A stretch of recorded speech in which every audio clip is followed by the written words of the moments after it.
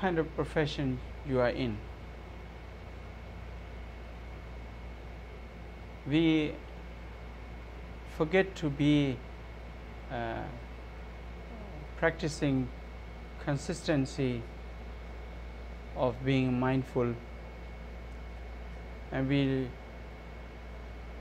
lost ourselves certain time because we have so much of a habitual nature that constantly we just click with that and then we wander. Even though we wake up with such a good intention, and then during the day somehow we lost our patience and that's it. And so I think it's very important. A few years ago I was in LA in one UCLA, I guess, and there's a lot of doctors. And then I have to give a little talk there, share what I think of, what doctors can do to bring a difference, and this consistency of compassion that their profession started with. When we start the profession, we always have this intention to really, the policeman will policing and protecting and all the righteous things that we have, and then along the way we corrupt ourselves, and then we have all the troubles. Similar to that, any professions, the intention, motivation, fundamental. When we put the seed, if we have put the seed with completely unconditionally, sincerely, then we will not tremble along the way. If not, then it is along the way a little bit tremble here and there. And so there was a question about how can really we keep up with that we started in such an intention. We began our training by thinking that we will help many people, but then along the way we forget, and it becomes like a business of how many clients I can see, to how many cars I have in my garage, and to how many vacation houses I have, and it's never ending. And so I said, the most people in America, when I researched a little bit, because I often used to get to meet with the people who are really poorest one, the one who is addicted to the drugs, to all kinds of problems they have. And so I kind of find some of those information about who really does the suicide the most in what kind of professions, and I see that lawyers and the doctors are the most suicidals in this country. Actually, those are the two who supposed to be the best life, that is not only themselves but providing that kind of facilities, And so my advice for some of those young doctors was saying, how do we keep that then? How do we keep that consistency of that same motivation that I had when I was teenage to become a doctor? So I said, when I wake up in the morning, for myself to keep that, I wake up every morning. Once I wake up, first of all, I rejoice that I have not dead yet. And I wake up as how miracle it is that I slept like a dead and now I wake up. Another life. How fortunate I am. How fortunate I am to be born as a human being. Wish fulfilling jewel type of life that I have. Anything can be accomplished by this life. Wow, rejoice. And then look at all of the other people out there, trapped in a many form of life. And within the human, our own societies, many out there killing each other, hating each other, so many different problems with the anger, hatred, jealousy, all kinds of diseases, all kinds of contaminated, polluted. And my own brothers, sisters, my own parents are struggling through those.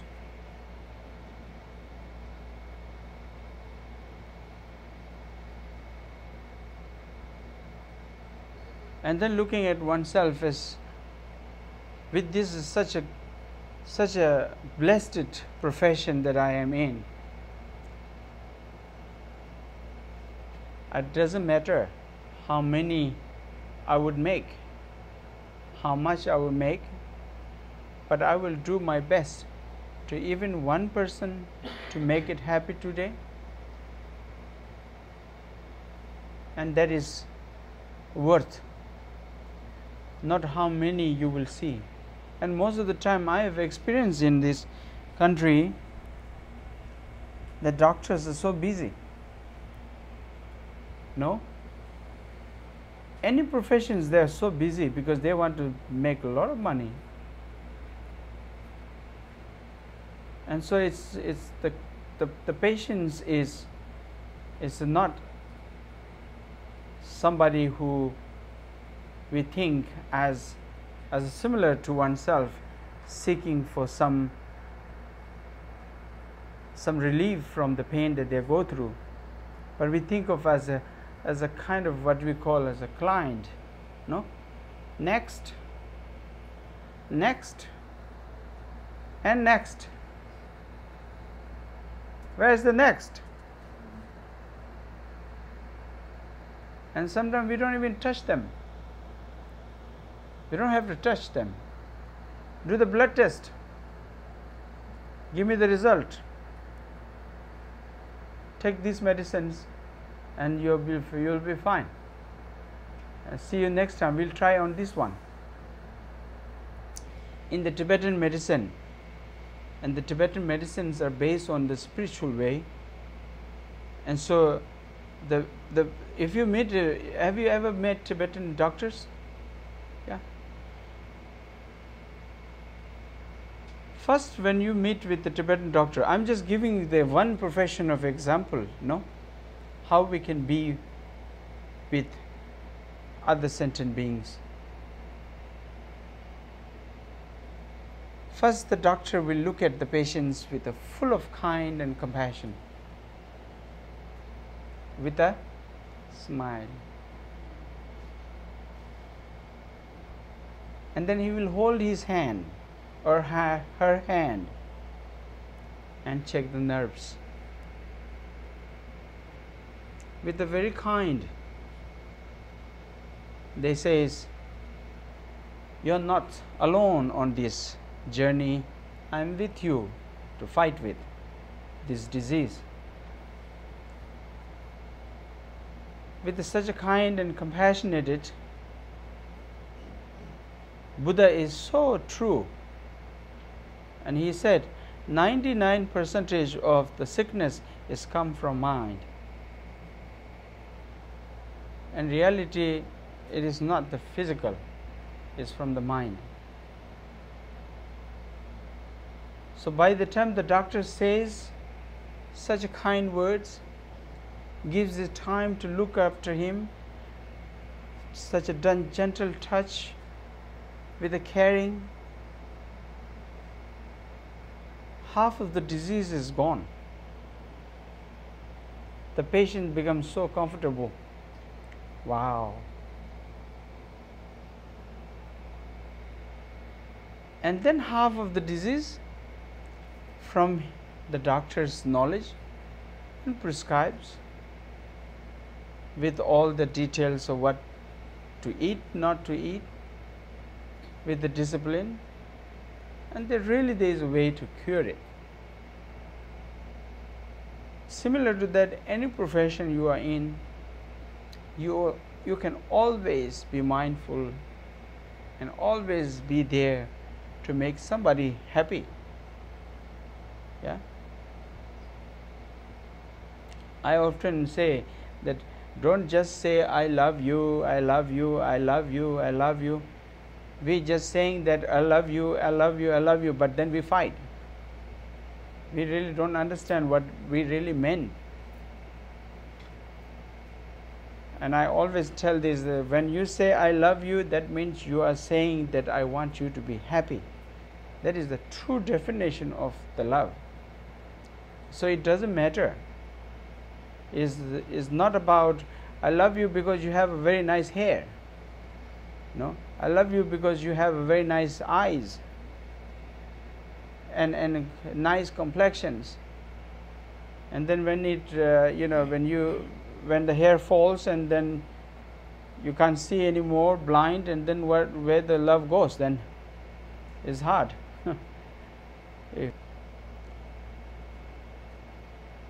I want you to be happy. Furthermore, to have compassion, to think of as if I am here, alive again, to eliminate all my mother beings out of this cycle of suffering. The first intention and motivation in our life. First thing in the morning you wake up with this intention. And then whatever you do will be perfect. You cannot do wrong. You know? I never can think my Lama will do anything wrong because he is full of compassion, full of loving and caring. Whatever he says, whatever he does is so much of a great beneficial for me and for throughout many generations to come. So, and with this, then like yesterday, sit down, don't just wake up and then feel another day. Look at my neighbor.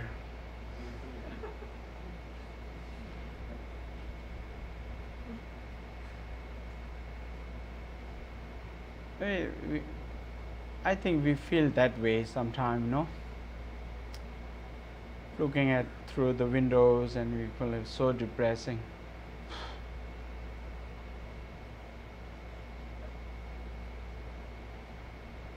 Sometimes you feel like that. But it is in your hand whether you want to put yourself in that position, or you want to just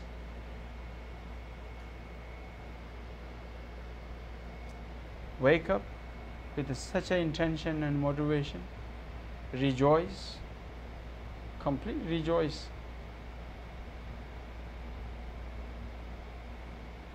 And smile at yourself. And think how and what is there that I can make a difference today in my life and rest of the world.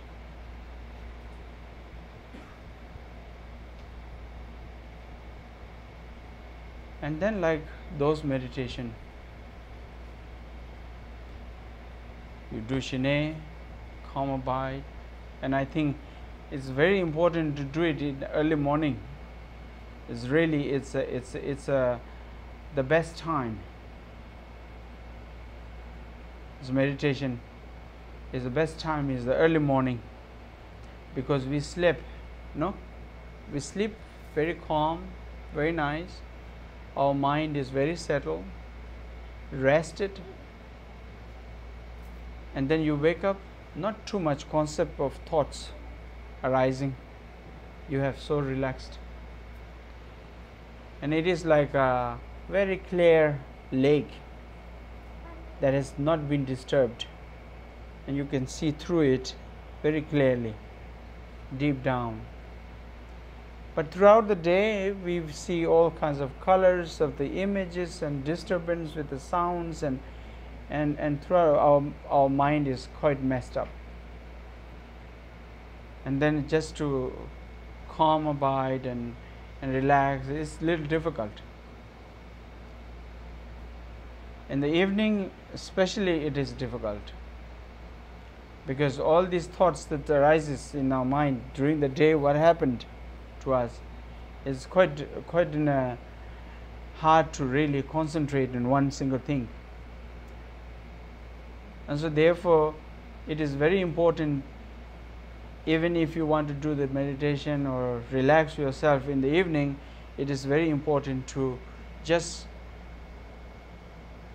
switch off everything, completely disconnect, and as if you have really completed all the worldly work, and disconnect from them and say, there is nothing left to work, there is nothing to plan about, just time to relax. Until you get that relaxation, you have to concentrate before you practice the meditation, and so you have to work a little harder in the evening time, because it's so much going on in our mind. So therefore early morning, when you wake up with such a great intention, motivation, fresh, and throughout the day pray that I can remain as this way throughout my day, always willing to be there for all sentient beings, always ready, like a warrior,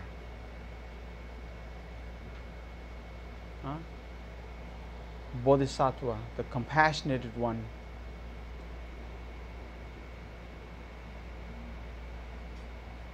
And if you do that just 1 hour, 2 hour, 3 hour, 4 hour, great beneficial. And during the day, you whatever you do, if you have that intention, motivation very strong in the back, then you will not do any kind of stupidity at all, because the result of that intention and motivation, the blessing of those kind and compassionate power of those, you will never fall into a wrong intention.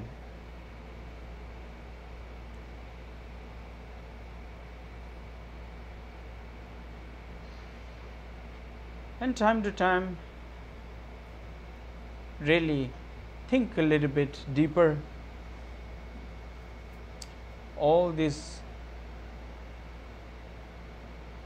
entire material world that I am behind, how strong and how impact it has on me, that I have so much faith and trust, thinking that this will last forever, and I'm just wondering, trying to get those. And somehow how much of deluded mind I have. This very table, how strong and solid we think of, that much diluted or delusions, isn't it? Diluted mind we are having.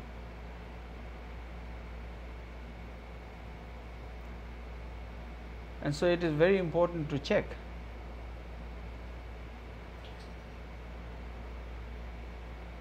Everything in this world, including this very body, are all delusion.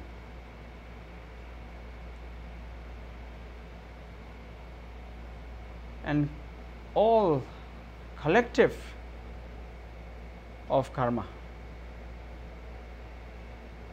Without depending on one another, it is not possible. So therefore you have to practice compassion.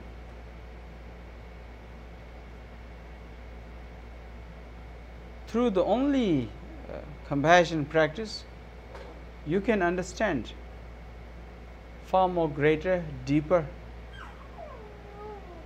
and there is no other way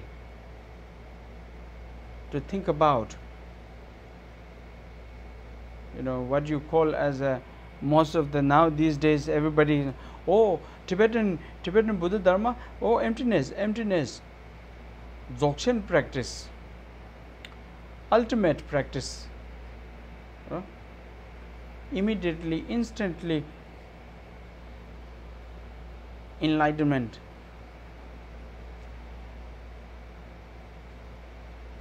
We don't have to follow any of the basic knowledge, basic method. Instant enlightenment, we have to get it. That is also, if possible, overnight.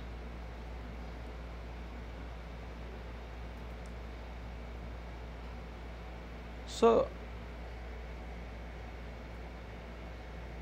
it is very important to how much solid of illusion, delusion, diluted mind we have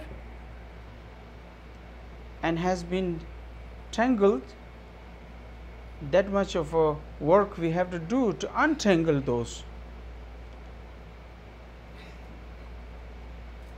and to see how we can untangle those.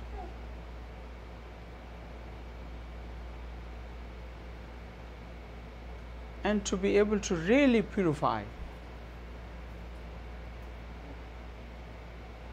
and to be able to understand and comprehend.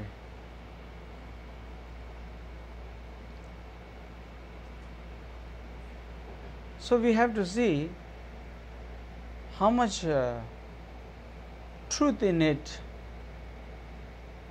and the nature of the objects and the material that we are chasing every day. How much is solid of it. And that is very important. The much you think it is so solid, the world is solid, the entire thing that we are chasing and believing this is so solid, that much of delusion and illusion, right? In illusion, we are in. So we have to have a compassion to oneself and to all sentient beings, because we are all tangled in that way.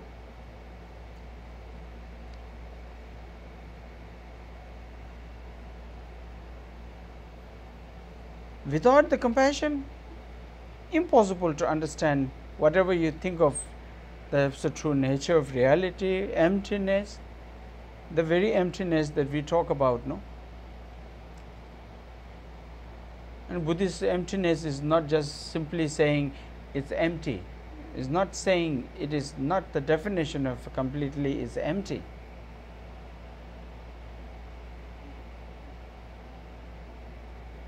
The collective of every single thing that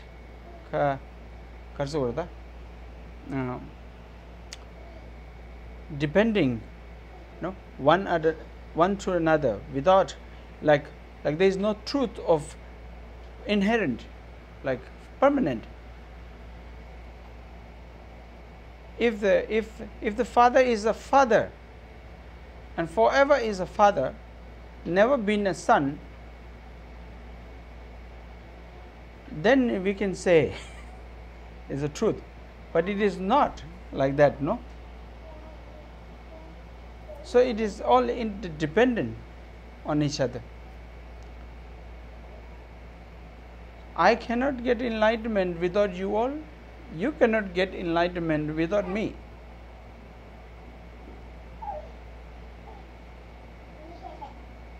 I'm here, so you are here today.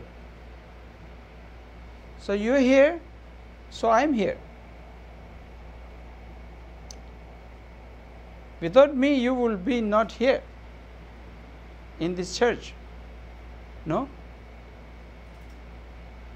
So that is what we call as a tendre.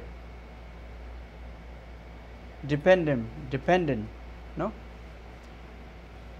And there is nothing in the world at this point right now to truly to say this is forever, permanent, and we can cling on that. No? We have spoken this before, long back. Even this very table is also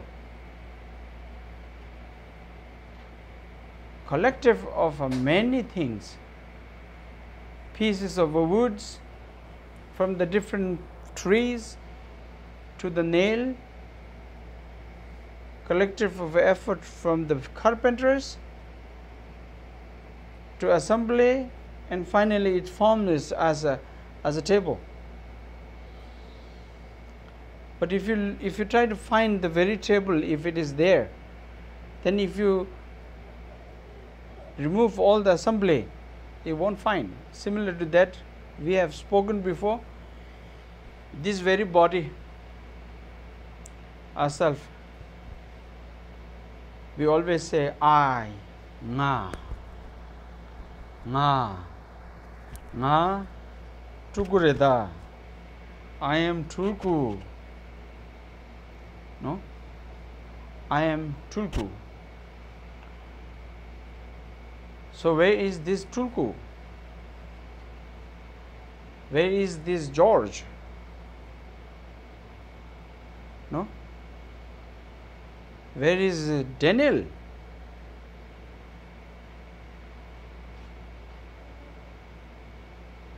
Which part of this physical form, I should say, is Daniel or George or Tulku?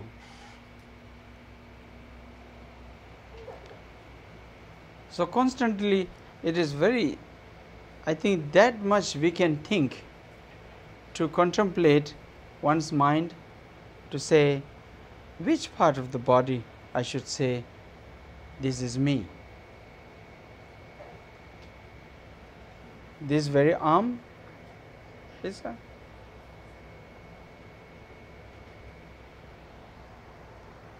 it's very funny. The other day I saw a news, not news, it's a document. There's a family and they're gathering and they're calling to the names to each other. Oh, so nice, how are you? And this came, that came, and all of those names came up, and then suddenly one dies. And so they don't call anymore to that body, it's just like a dead body. It doesn't, they don't label the name anymore. It's like a dead body. Dead body. The label is gone. And so we are so clinging on this huge label that we have given when we were born, no? You are a Tulku, and then I cling on that Tulku. I am Tulku. And so if I try to find if this name is truly exists, that I fight for from the day one, saying this is me and this is my mother, this is my father, and this is my house, this is my cloth, and this is my compound, to my neighbor, to this is my area, and this is my neighborhood, to state, to the country. And we keep on fighting, claiming, thinking that there is something that we have clinged. And so truly, really, this I do exist, or we simply falsely someone said so, and so we just simply claim to be one and trying to just wonder, because everybody is out there wondering with that label.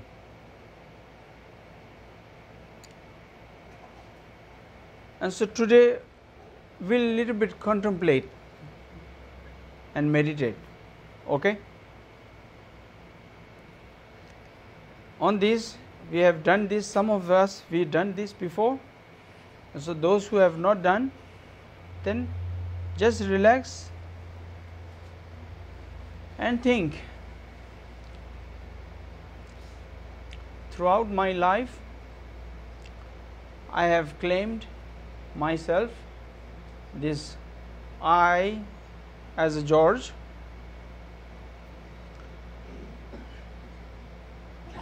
in that matter, anyone, no, yourself, call your name,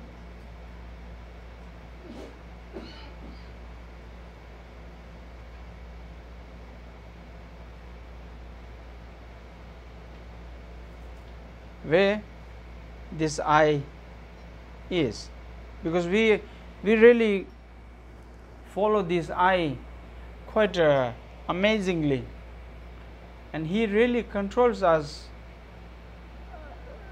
We are truly loyal to this I somehow, and whenever it says I need this, then we really go do it. This I said so. And whenever somebody said something to us, oh, he said this to me, I am so disrespected, you're in trouble. No, I become so important. It is so important that we don't really see anything else, but this very I is the boss, a big boss, main boss. And he tells us, go to the beach, walk around. Then we do go like a slave, walk around, go do that. Oh, he said that, you must return it, you must say something harsher than what he said. Then we do,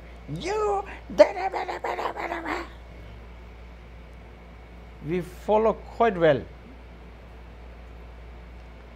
and we are good student of this I, and quite loyal to this.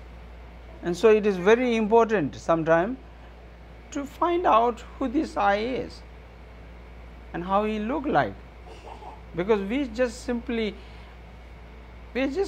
following him.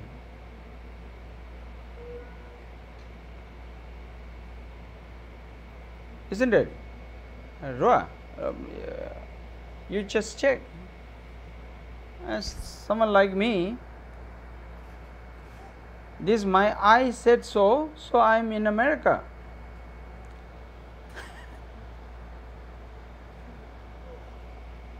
So I am also quite listening to him. But where is this I that always orders us? Eat this, don't eat that, drink this, don't drink this, go here, go there. do this, do that. Who is that? Where is that? We think quite an intelligent human being, that we really don't simply listen to everyone. But there is someone in there that telling me to do so many things, and I'm quite loyally listening to it. And quite often he says some things that I often get in trouble. But yet I'm so sincerely, I'm listening to it and I'm following it. So it is very important to look and see, find out who that is, where that is, and which part of the body it belongs. In chest, in stomach, in leg, in arm, or he stays in head. And in order to do that, don't get scared, but this is the only way to find out in a technique, to be able to really try to find, is visualize as if we are like just a kind of image, no, like a doll. Let's say like a doll, no, this physical. And let's put this arm as a doll. If you remove everything, no, arm put on the side, and say, is this arm is me? Then it is not. It's just a part of a body. Huh? And then left arm. That's another human limb. And then maybe in this leg, putting aside one by one and see. Now maybe in my head. Put your head in the side and see. That's just a human head. Or maybe in the body where there's a stomach. And even every detail you remove, as the organs, all the limbs, as each particle, it says one, it has its own kind of one name. Liver, kidneys, heart, all of those things. And when you remove everything and and then try to find, where is this I gone now?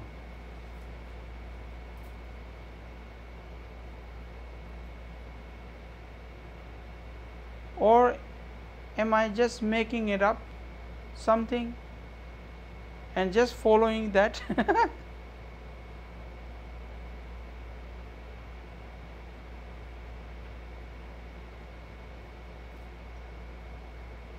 Contemplate on that as, where is this then?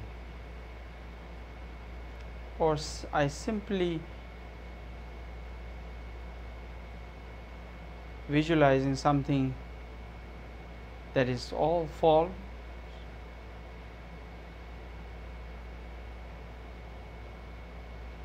or there is something else.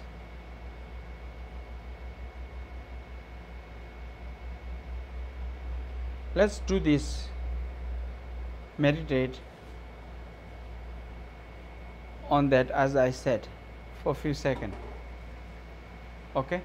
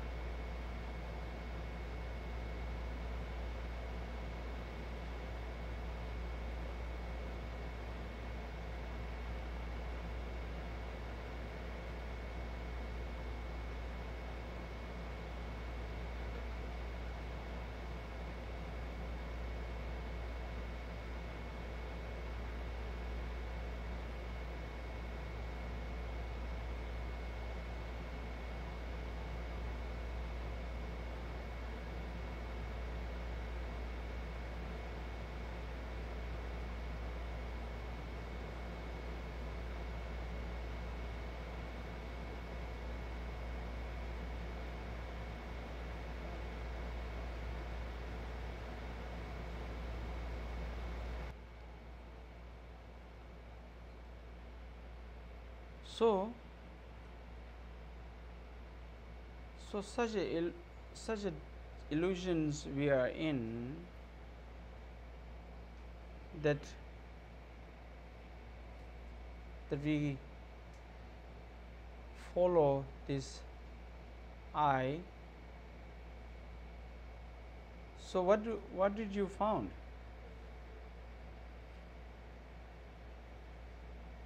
What was your experience? Yeah. I felt uncomfortable, and I felt like Uncomfortable. yeah, and I kept asking, always going on, where is I instead of being pressure. Mm. I found there was a crisis Yes. after the illusion. It is quite an uncomfortable when we see, when we try to look within oneself. It's quite it's not comfortable at all. But we are very comfortable somehow. No? We are very comfortable with this stage, thinking everything is fine. And actually it is not fine. It is not fine at all. But yet we have so habit of being that way, and so everything looks fine.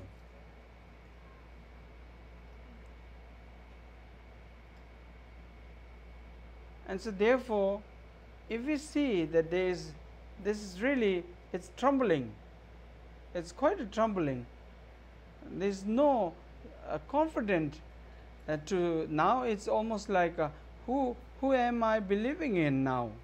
Who is that? I don't find anyone. So how much I listened throughout many lifetimes to up to now, and it's kind of quite trembling, fearful, no? Wow. And sometimes this very I says, go do that, and then we do it without having any questioning. We don't even question ourselves, no? We don't even question that whether we are going to be in trouble or not. We just do it and follow it. And then when we get in trouble, then we try to look, where is this I told me to do this, and now I am in court and I'm struggling to win this case, and then this I, this ego, pride, nowhere to find, and you are alone.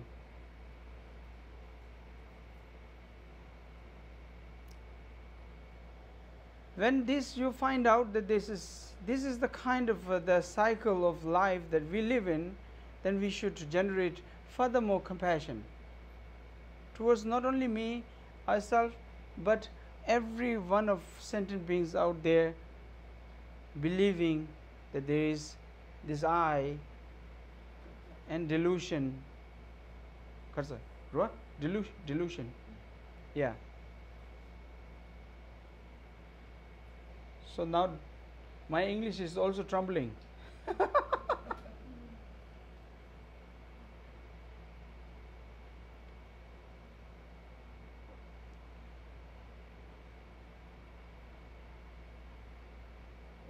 And when you practice furthermore on that, and you will naturally generate compassion, loving kindness towards every living beings, because not only the very oneself, but every living being is entrapped in such a way. And through this great generated compassion, and naturally, not immediately but surely, slowly, at the true nature, you will see glimpse of awareness. Without that, it is almost impossible.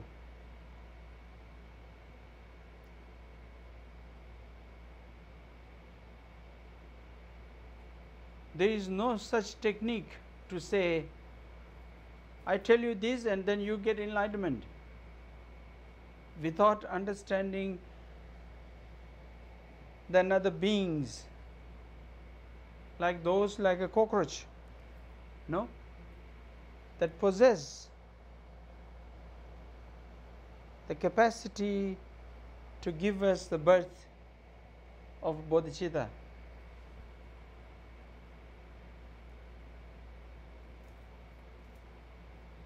So every living being is so precious.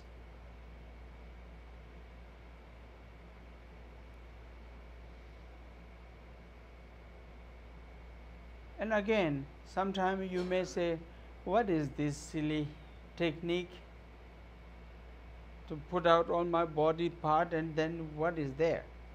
You know? But if you do it sincerely, try to find, this is a very serious matter. You know? And to really, truly seek for yourself. And so much of a confidence and so much of belief that we have. If I tell you, you may question 100 times. You may doubt 1,000 times. But when you yourself say something, we don't question that. That's true. We just do it. And so we have to check that very boss who is telling us, and we are so loyal to it, whether that has some kind of basis of the truth in there. Throughout many lifetimes, we just wandered. And again, we want to wander furthermore, we can still do it as it has been. But if we want to put a little full stop there and to say, I don't want to carry on like this, and I don't want, and I desire to liberate all my mother beings. For the sake of that, I want to research, I want to look within myself. Then it is the time to look within oneself.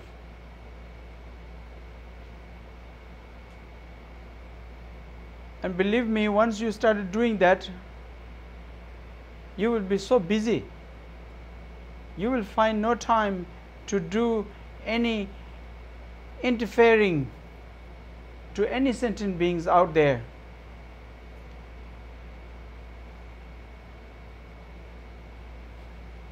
We will have no time to answer so many questions. We are so busy within oneself. So I think it is very, very important. Usually these are the meditation or spoken of the dogchen, even slightly is prohibited in Tibet. You have to have such a faith and devotions. You have to have such a yearning of a disciple's quality, and then only you can receive those teachings. But we live in such an unfortunate era. We will miss this life without even tasting of the human life. No?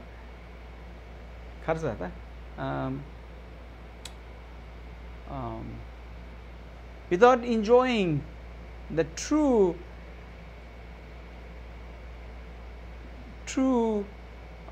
complete human, being born as a human being. Because we are doing the same thing as every living beings out there doing, trying to survive, wake up in the morning, sleep like a dead, wake up in the morning, trying to find food, bring back, feed our children. If not, then we save it, and then sleep, then wake up, we do again. And then this is the cycle.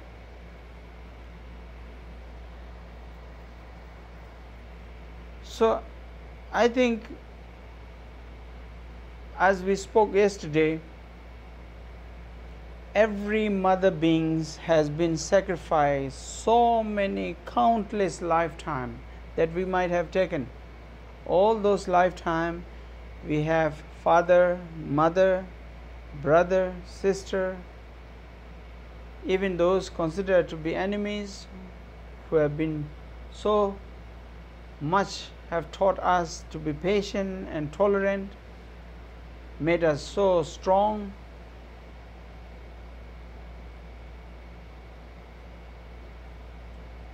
Throughout those lifetimes, they have always prayed for our well-being and happiness. And they have really wished from the sincere heart of happiness to us. And so it becomes our responsibility, a genuine responsibility, to put ourselves in that stage and that place. So in order to do that, not just wander out there with the temporary happiness. We spoke this all the time, little things that it generates joy and happiness or whatever, and then it's just a temporary.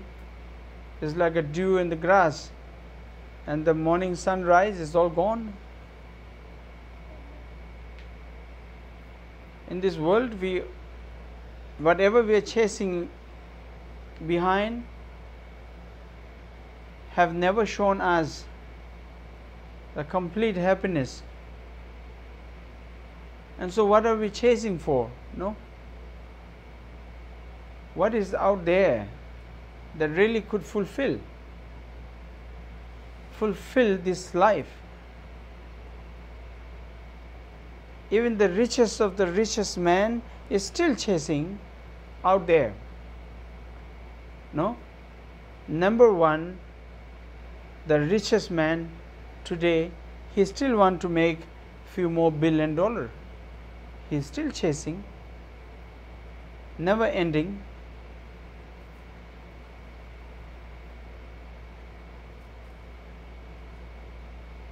So I think if we cannot think of every living beings, then at least this very lifetime of our father, mother, and then if not, just think of oneself. It's equivalent. If you do it for yourself, that is, we are all connected. One way or another, we are all intimately connected. When I practice of mindful, of compassion, and one single breath release with such a compassionate, that is very powerful, very effective. And when you generate such a compassionate mind throughout the lifetime, then every breath, that's where when someone, in our Tibetan community, they have a belief, they have a faith and devotions to come and Lama to blow on them when they have eye infections. They just come and Lama, please blow on these. Oh Lama, please bless on here. There is nothing unique about Lama. He is also practicing compassion and loving. There's a power of that. He have the same body as yourself. He don't have the special wing to fly. So we are all no different to each other. Even size of a hair, we have no different. I don't have a hidden horn on my head. But the only what it makes it unique is generating loving kindness and compassion constant in every breath that I take. That makes it much more powerful to be not only heal oneself but heal someone else. With understanding that there is no completely forever it's going to last. Seeing that everything is impermanent, nothing will last forever. With this, such a generating furthermore compassion.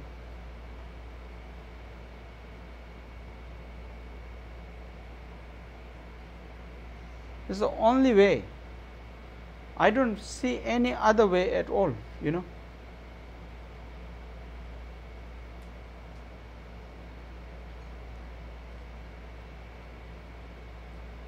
So let's do one more time.